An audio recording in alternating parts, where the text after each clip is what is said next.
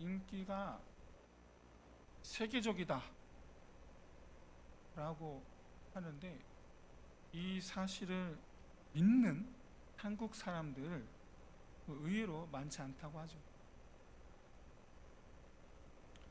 왜 그러지 않겠어요? 저도 유튜브에서 그런 얘기 많이 봅니다. 기분은 좋아요.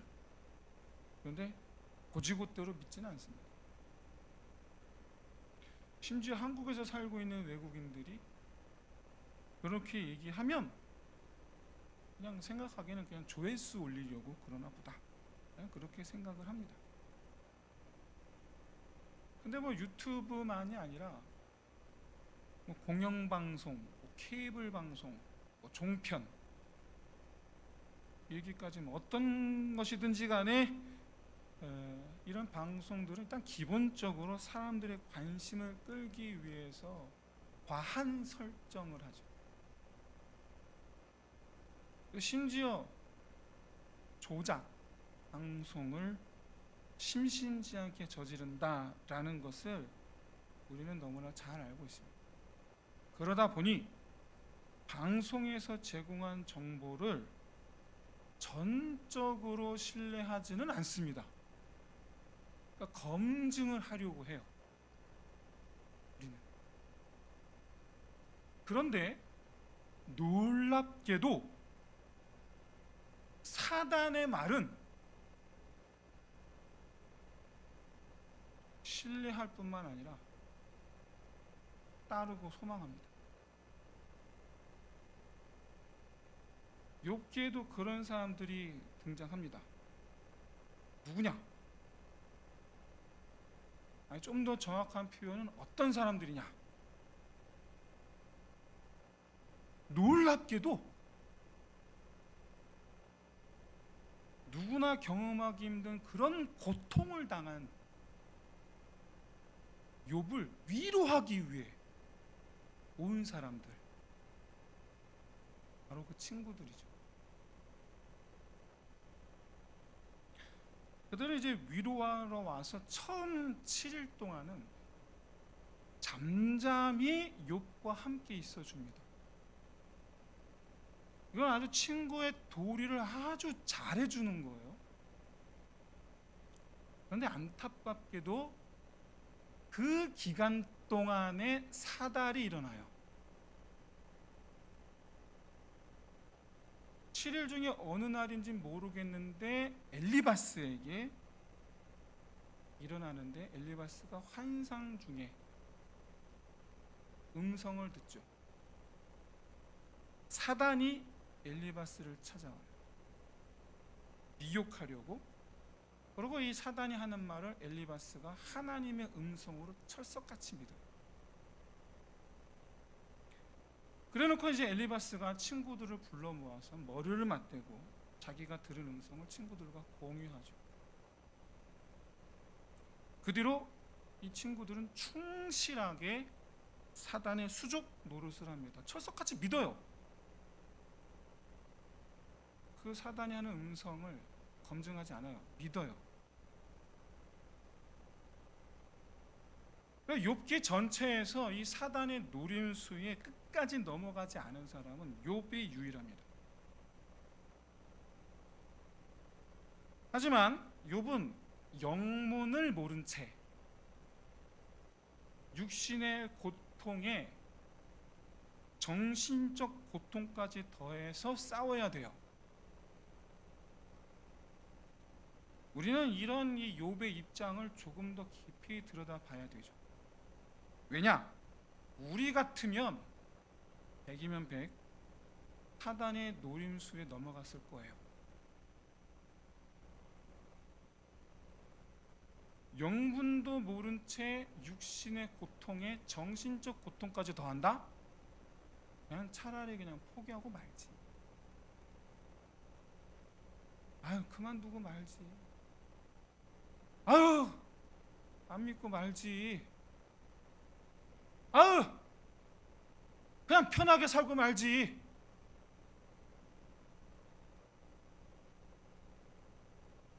사단이 기다리는 순간 바로 우리가 이런 결정을 하는 순간이죠. 안 할란다, 안 둘란다.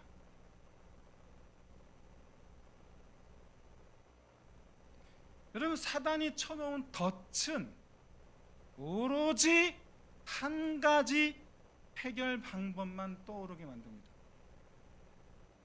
이것밖에 안 떠올라요. 그게 뭐라고요? 편안해지는 길, 편안함. 편안해지는 길을 택하게 만들어요.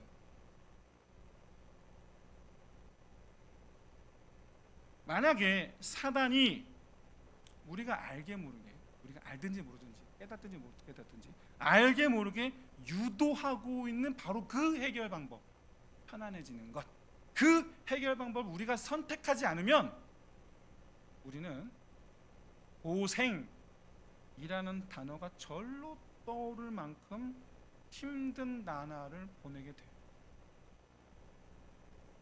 외로운 나날, 고통스러운 나날, 스트레스 받는 나날.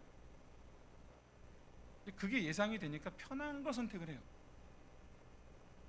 그렇지 않나요?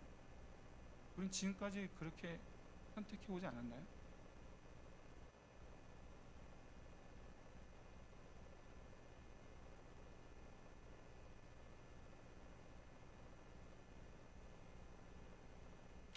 그렇다면 친구들과의 욥의 태도, 욥의 저항, 과연 어떻게 끝났나요? 그냥 욥도 그렇게 저항하다가 고생하다가 마음고생하다가 나 그만둘란다, 그냥 마음이라도 편할란다, 진작에 포기할 걸 하고 후회하며 우는 장면으로 끝났던가요? 그렇지 않죠. 그렇지 않아요. 마지막 장면은 친구들과의 대화 속에 있었던 하나님의 역할에 대한 그의 의문에 대해서만 하나님으로부터 지적을 받았을 뿐, 근본적으로 욥의 저항은 쭉 물러섬이 없었고 끝내 하나님으로부터 인정을 받았죠.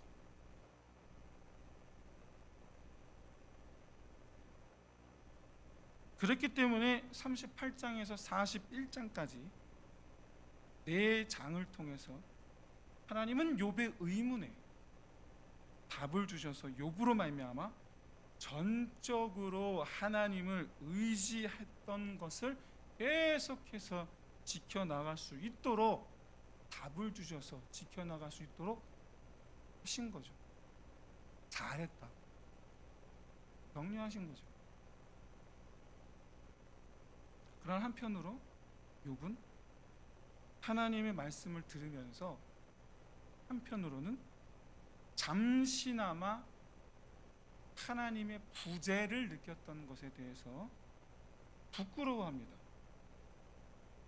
본인은 정작 부끄러워하게 됩니다. 언제, 왜 하나님의 부재를 느꼈던 걸까? 친구들과 논쟁할 때였죠. 친구들이 하나님께서 어찌 의로운 자를 심판할 수가 있느냐, 그럴 수 없지 않느냐, 근데 왜 자꾸 너는 지금 심판을 당하고 있는데 왜 자꾸 네가 스스로 의롭다고 하느냐. 욥이 이때 제대로 답을 못해요. 그러면서 계속 우겨요. 난 의로워.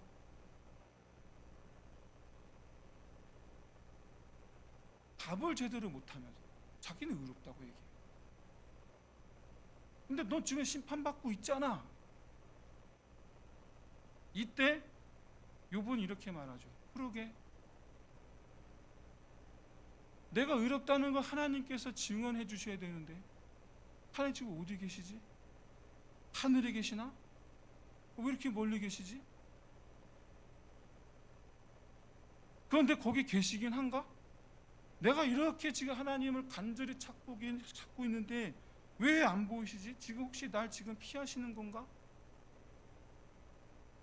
증언해 주셔야 되는데, 지금 내가 하나님을 만날 수는 없지만 그래도 내가 지금까지 걸어온 의로운 길이었다라는 것을 하나님 아실 테니 내가 언젠가는 내가 빛을 보겠지.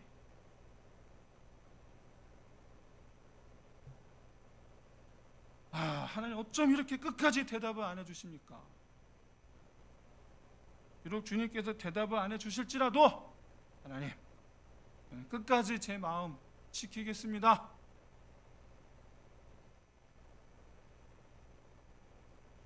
이 욥기 31장이 욥의 이제 마지막 말이거든요. 욥기에서의 욥의 마지막 말이에요.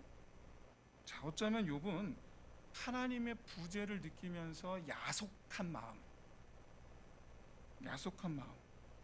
근데 한편으로는 그런 하나님을 향하여 끝까지 하나님을 향한 마음을 지키는 자기 자신에 대해서는 좀 대견해하는 이런 마음이었을지도 모르겠어요. 그런데 말이죠, 38장에서 폭풍같이 나타나신 하나님께서 하시는 말씀을 듣는데 그 순간 깨닫게 되죠. 오호라, 하나님, 내가 친구들에게 하신 말씀을 하나 남김없이 다 들으셨구나. 이게 뭘 뜻합니까?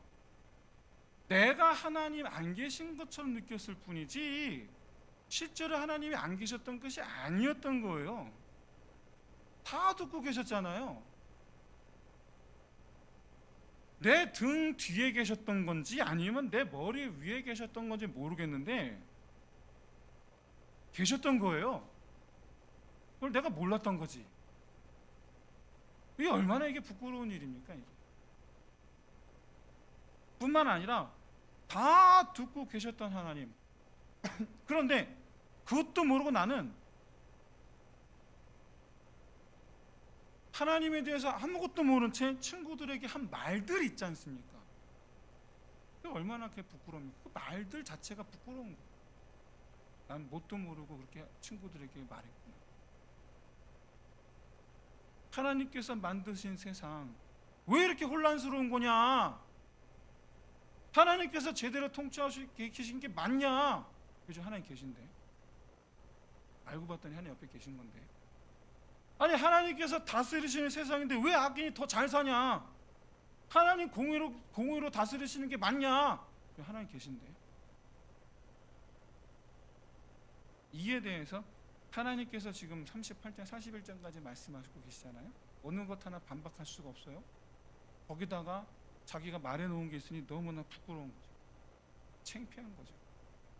그래서 오늘 보면 2절에서 5절까지 말하는 거예요. 잘못했다. 참으로 주님은 만유의 통치자이십니다. 내가 무지한 가운데 함부로 말하였나이다. 내가 잘못 알고 말한 것을 주께서 깨닫게 하셨나이다. 내가 듣기만 할 때는 아무것도 몰랐는데 보여주시기까지 하시니 이제야 주의 높고 위대하심을 내가 알겠나이다. 이 5절은 듣기만 할 때는 몰랐는데 보여주시니 알겠나이다. 이 의미는 이런 거예요. 7마리 그 눈먼생쥐 어린이 동 아시잖아요. 그 눈먼생쥐들이 앞서 6마리는 자기들이 쪼르르 가갖고 코끼리 어디 가갖고 이렇게 눈이 머니까 가서 이제 자기들이 경험한 거 와서 얘기해요. 내가 가서 보니까 그건 기둥이야. 아닌데 가서 보니까 뱀이던데? 아닌데 가서 보니까 창이던데? 아닌데 가서 보니까 절벽이던데? 부채던데? 밧줄이던데? 마지막 7번째가 가서 보니까 뭐라고? 기둥이라고? 뱀이라고? 창이라고? 절벽이라고? 부채라고? 밧줄이라고? 보자. 코끼리네. 다 보니까 코끼리네. 정확하게 맞추죠. 이게 좀 적용이 좀 다른 얘기이긴 하지만 무슨 얘기냐면 욥도 이전엔 단편적으로 들어서 알고 있던 것들이었는데 하나님께서 종합적으로 말씀을 하시니까 알겠더라. 그제서야 알겠더라라는 거죠. 그제서야 하나님께서 하나님의 그 위대하심을 더 잘 알게 됐다. 그런 얘기인 거죠. 뿐만 아니라 친구들이 날 괴롭게 하던 질문 뭐였습니까? 네가 의롭다면 하나님이 널 왜 심판하느냐? 이 질문에 그동안 대답할 말을 못 찾았거든요. 근데 이제는 대답할 말을 찾았어요. 지금 내가 당하는 고통은 하나님의 심판이 아니라는 거죠. 그럼 뭐냐? 하나님과 나의 사랑을 질투하는 사단의 시험이었구나. 오히려 이 고통이 사단의 질투이기 때문에 역설적으로 내가 의로운 자가 맞다라는 증거구나. 그런 거로 몸은 괴롭지만 내가 의롭다라는 것이 증명되었기에 내 마음이 오히려 즐겁구나. 그래서 마지막에 이렇게 고백하는 거예요. 그러하기에 주여, 내가 지금까지 한 말을 잊어주시옵소서. 내가 뉘우치고 있나요? 그리고 내가 지금 티끌과 재 위에서 위로를 얻었나요?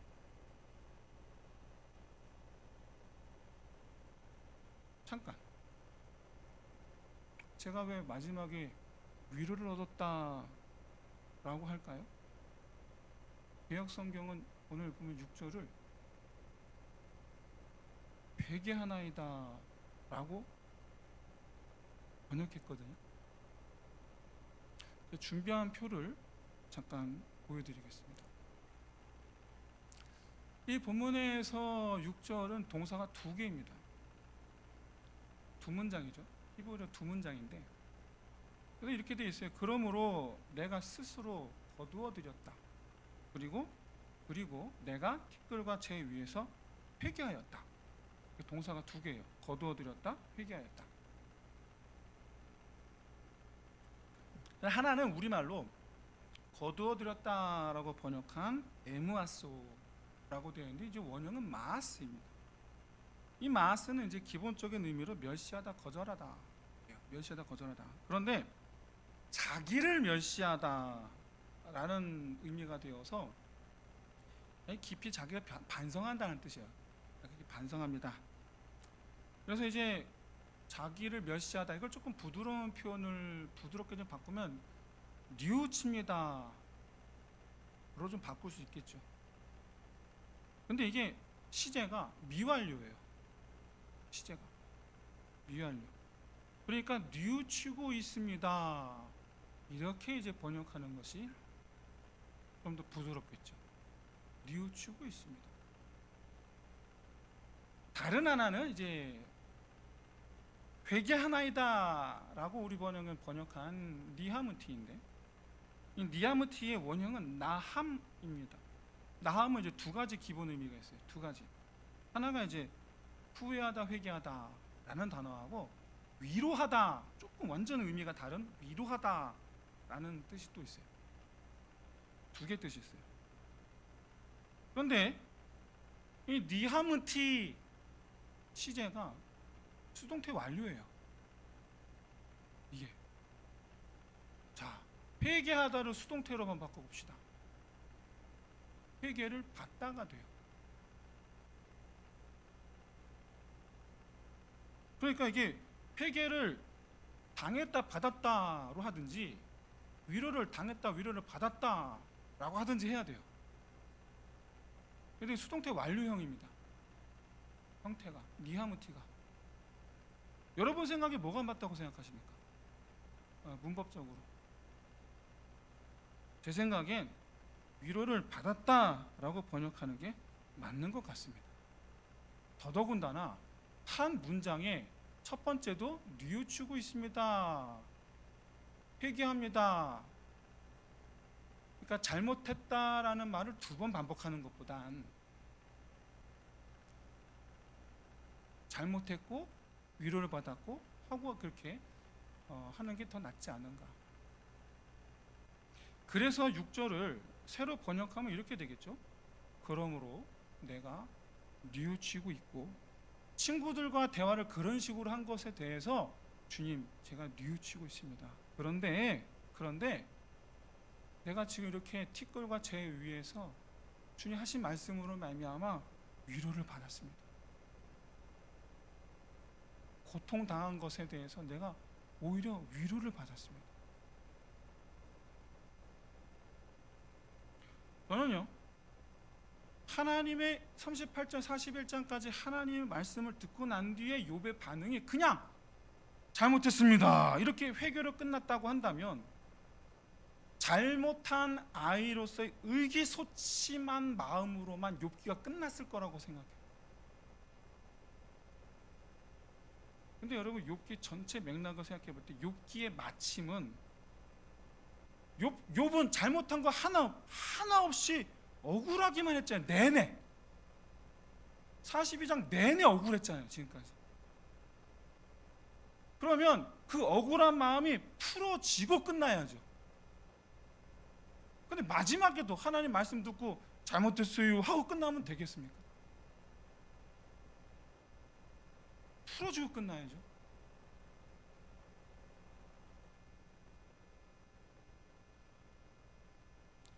이 욥의 억울함은 친구들에 대해서만이 아니고 근본적으로 자기가 왜 이런 일을 당해야 하는가, 세상 돌아가는 이치에 대한 억울함이었거든요. 근데 그것이 하나님에 대한 질문 속에 있었단 말이에요. 하나님은 왜 세상을 이렇게 하셨는가에 대한 질문. 그래서 하나님께서 욥을 이렇게 세워주시려고 찾아오신 것이었고, 38, 41장 그 답변 속에 욥의 억울함을 풀어주셨죠. 욥이 나 이제 풀렸습니다 해야죠. 나 이제 풀렸습니다. 한편으로는 하나님께 함부로 말했던 것이 떠올라 그것에 대하여 뉘우칩니다 라는 말씀을 드려야 하겠고, 그러나 억울함이 풀어진 것에 대하여, 그리고 내가 의인이라는 것을 증명이 되었기 때문에 하나님의 증언에 대하여 내가 위로를 받았습니다 라고 고백한 것이죠. 사랑하는 성도 여러분, 저는 여러분에게, 우리에게 이 욥과 똑같은 그런 의문이 있었던 적은 여러분 없으신가요? 저는 있었어요.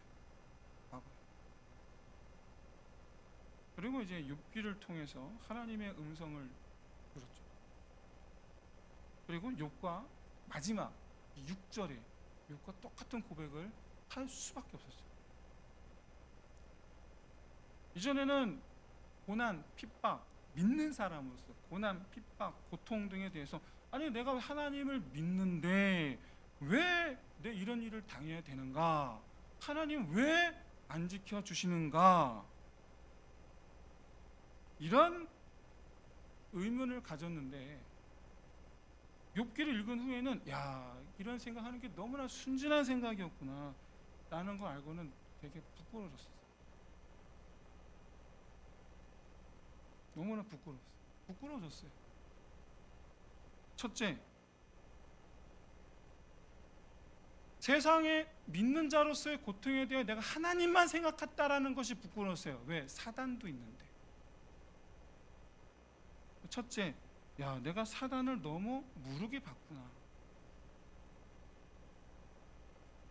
라는 것 때문에 부끄러웠고, 둘째, 화를 내야 되는 상대는 사단인데 내가 엉뚱하게 하나님한테 분내고 있었구나 라는 거에 부끄러웠고, 셋째, 믿음 때문에 받는 고통의 답은 더욱 믿음인데 그것도 모르고 사단이 바라는 대로 믿음을 버리려고 했다라는 것 때문에 부끄러워. 넷째, 이러한 형편없는 나를 위해서 하나님은 이미 답을 준비해 놓으셨다 라는 것에 대해서 한편으로는 감사했고, 다섯째, 이제 확실히 내가 언제 의인인지, 내가 의인일 때가 언제인지, 그래서 내가 의인이라는 것을 확신해도 된다는 것에 대해서 감사했고, 여섯째, 예전 같았으면 속상하고 그래서 지치고 낙심했었을 법한 때에 이제는 반대로 평안하고 오히려 뭐 해볼 테면 해보든가 라는 담대함, 대담함으로 있게 하여 주심에 감사하게 되죠. 사랑하는 성도 여러분, 바라기는 이 시간 함께 하신 모든 성도 여러분 또한 욥의 고백대로 지난 시간 마음고생한 것에 대해서 위로를 받았노라 고백할 수 있으시기를 주의 이름으로 축원드립니다. 이런 욥의 고백 이후에 하나님의 시선이 친구들에게로 이제 옮겨갑니다. 그런데 확실히 여러분, 하나님 중간이 없으세요? 우린 자꾸 중간을 찾거든요. 근데 하나님은 중간이 없으세요. 무슨 얘기냐? 친구들의 말 어느 것에도 하나님은 편을 들어주지 않아요. 나는 너희에게 노하였노라. 대놓고 말씀하세요. 너희가 나를 두고 한 말 전부가 옳지 못함이니. 놀랍지 않습니까? 우리가 욥기를 읽는 동안에는요, 친구들이 하나님 편에서 얘기한 것처럼 보이거든요. 근데 아니에요. 아니라고요. 하나님께서 들으시고 보신 건 뭐냐면, 친구들의 입에서 나온 말 그 자체가 아니고 친구들이 하는 말의 목적입니다. 말의 목적. 친구들의 그 말이 하나님을 대변하는 것 같아 보였을지라도 여러분, 그들의 입에서 나오는 말들의 목적은 한결같이 욥을 거꾸로 트이기 위해서 쏟아내는 날카로운 창이에요. 그 말 자체가 하나님을 대변하는 것 같아 보여도 여러분, 말이 옳다고 용납되는 건 아니에요.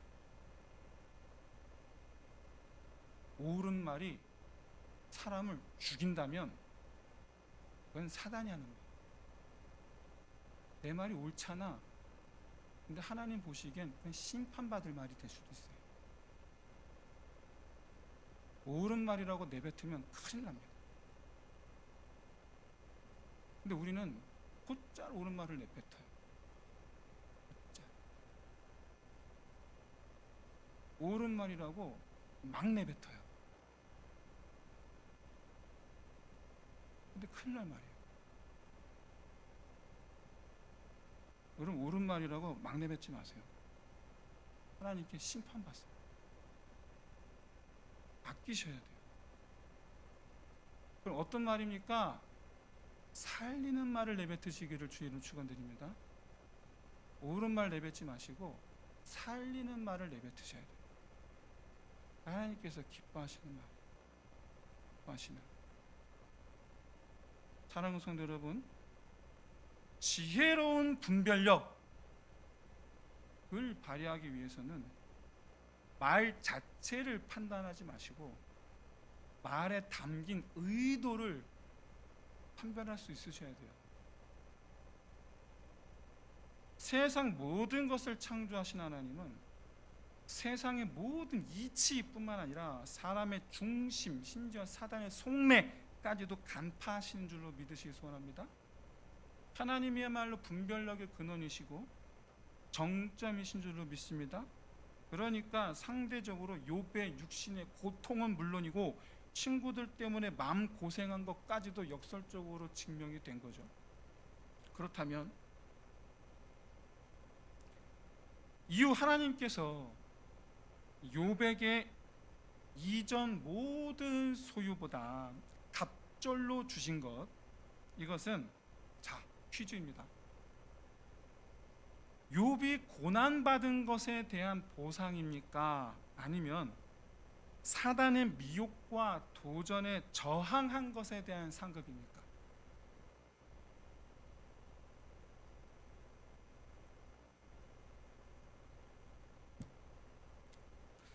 두 배의 소유를 받은 것이 고통당한 것에 대한 것 때문에 받은 것이면 보상이죠. 저항한 것 때문에 받은 것이면 상급입니다. 뭐 때문에 두 배 소유를 받은 걸까요? 힌트. 욥기가 요한계시록과 구조와 내용과 목적이 있어서 같습니다. 욥기. 자, 욥이 두 배로 받은 소유가 보상이냐 상급이냐 그거 그렇게 중요하지 않아요. 그건 그렇게 중요한 거 아닙니다. 다만 이게 보상이 되면 우리가 살아가면서 뭐가 중요해지느냐? 잃은 게 중요해지는 거예요. 보상이면.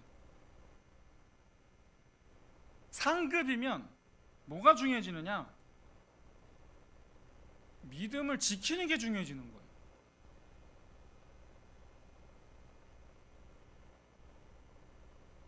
사단이 노리는 건 지금 우리가 가진 재물, 건강, 사회적 지위 이런 게 아닙니다. 사단이 노리는 거 우리 믿음이에요. 근데 이제 우리가 중요하게 여기는 건 뭡니까?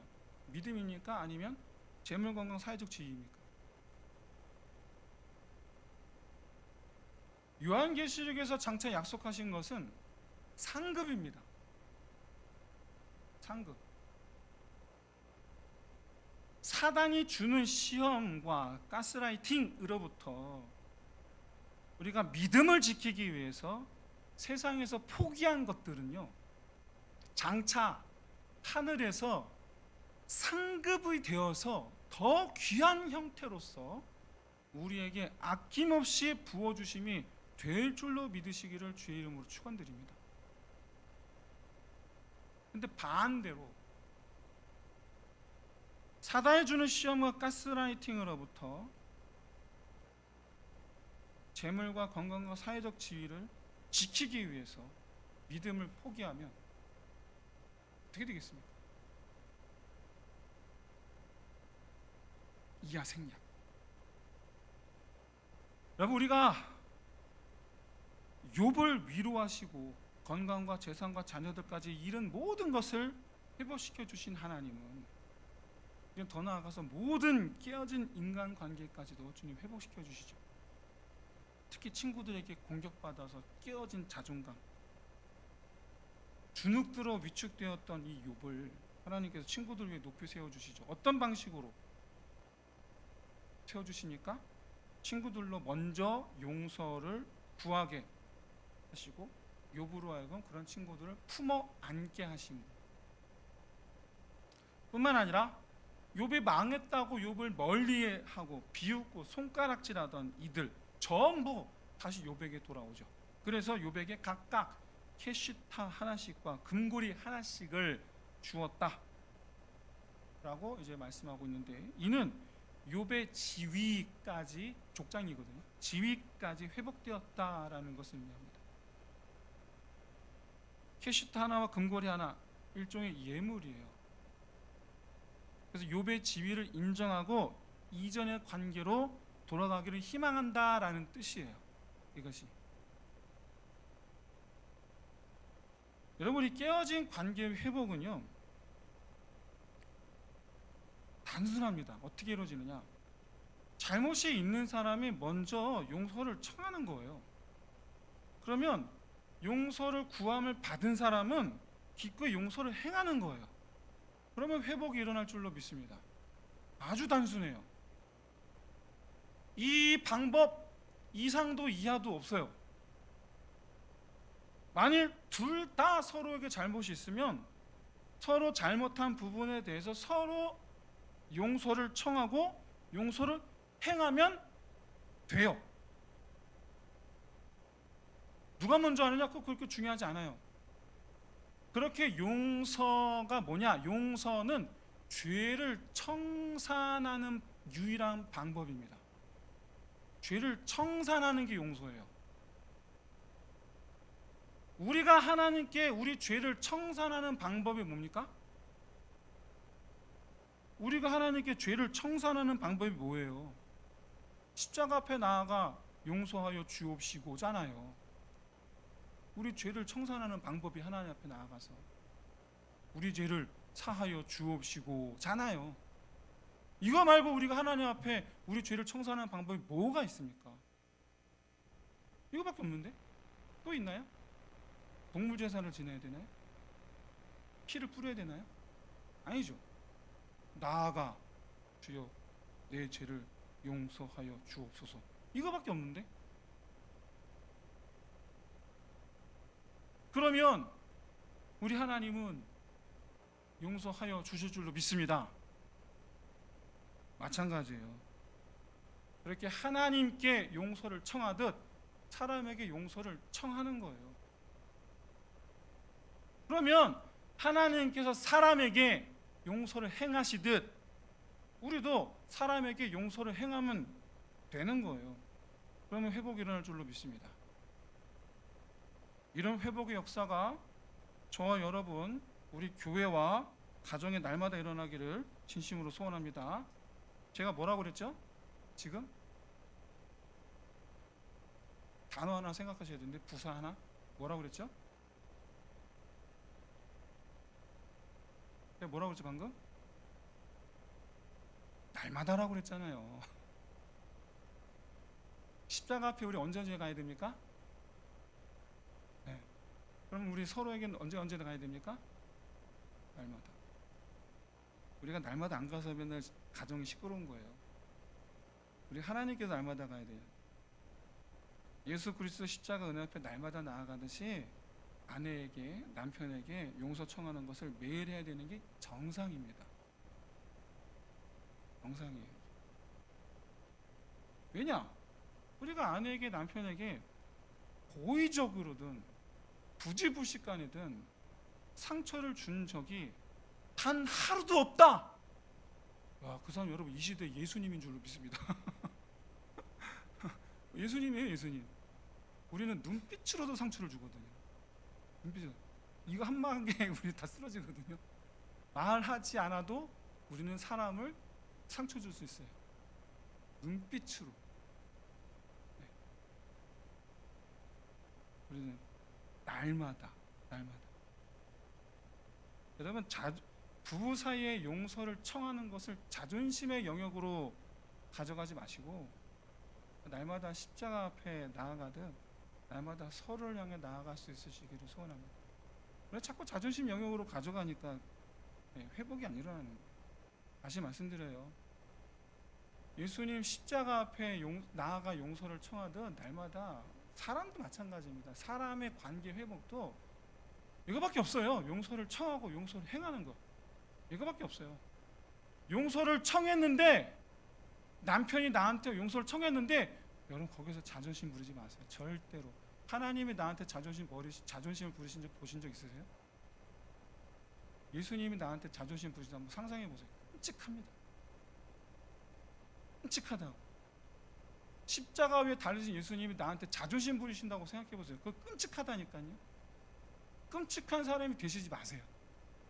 절대로. 네, 절대로. 또 반대로 잘못을 저지른 사람이 또 끔찍한 짓을 하지 마세요. 내가 무자못했는데 그러지 마시라고.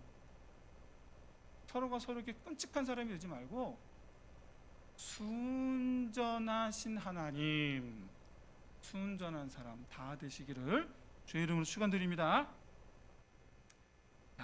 그래서 여러분 우리가 이 욥이 기나긴 이 고통의 시간이 끝났고 마지막 42장에 이 하나님의 조치가 마치 이런 것 같아요. 고린도후서 5장 17절 말씀처럼 이전 것은 지나갔으니 새 것이 되었도다. 이 고린도후서 이 5장의 말씀처럼 이전 것이 생각나지 않게 하시는 조치 같다라는 거예요. 그래서 이 의미가 이런 게 아닐까? 42장의 조치가 이런 의미가 아닐까? 아들아, 그동안 고생 정말 많았다. 정말 잘 견뎌줬다. 그래서 내가 널 위해서 준비했다. 와서 쉬려면 아니나 다를까. 여러분 원래 인생은 죽을 때까지 고생인 법 아닙니까? 죽을 때까지. 그런데 여러분 욥은 이후로 고생했던 흔적이 전혀 없습니다. 이후로 마치 요한계시록처럼 영원히 죽을 때까지 평안만 누립니다. 비록 부활을 경험한 건 아니지만 살아서 이 세상에서 천국처럼 사는 것, 천국처럼 산 사람 욥이 유일해요. 어쩌면 욥기 42장은 요한계시록 21, 22장의 그림자가 아닐까. 이건 저의 해석이에요. 욥기의 대장정을 이제 마치겠습니다. 하나님은 우리에게도 동일하게 말씀하세요. 아들아 딸아 고생 많았다. 그동안 너무 잘 견뎌주었다. 이제 여기 내가 널 위해 준비해 두었단다. 와서 평안히 쉬려. 언젠가 이 말씀 듣는 자 다 되시기를 주의 이름으로 축원드립니다. 그러려면 지금 이 시간 여러분 사단이 주는 걸 받지 말아야 돼요. 이 사단의 가스라이팅에 무너져서 믿음을 잃지 말아야 돼요. 사단의 가스라이팅으로 인해서 편안함을 선택하지 말아야 돼요. 사단 때문에 고생해야 한다면 기꺼이 담대함으로 그러든지 그 길을 걸어갈 수 있어야 돼요. 사단 때문에 고생하는 것이라면 욥처럼 말할 수 있어야 돼요. 내가 의인이라는 것을 알았사오니 비록 티끌과 재 위에 있지만 내가 그 위에서 위로를 받고 있나이다. 그래서 가스라이팅에 당하는 것이 아니라 가스라이팅 하려는 사단 보라고 하나님 아버지의 손 더 잡고 굳게 잡고 믿음으로 평생을 살아가는 저 여러분 다 되시기를 주의 이름으로 축원드립니다. 이 시간 우리 함께 찬양하며 말씀 붙잡고 함께 기도하겠습니다. 내게 허락하신 시련을 통해 나의 믿음 더욱 강하게 자라나고 험한 산과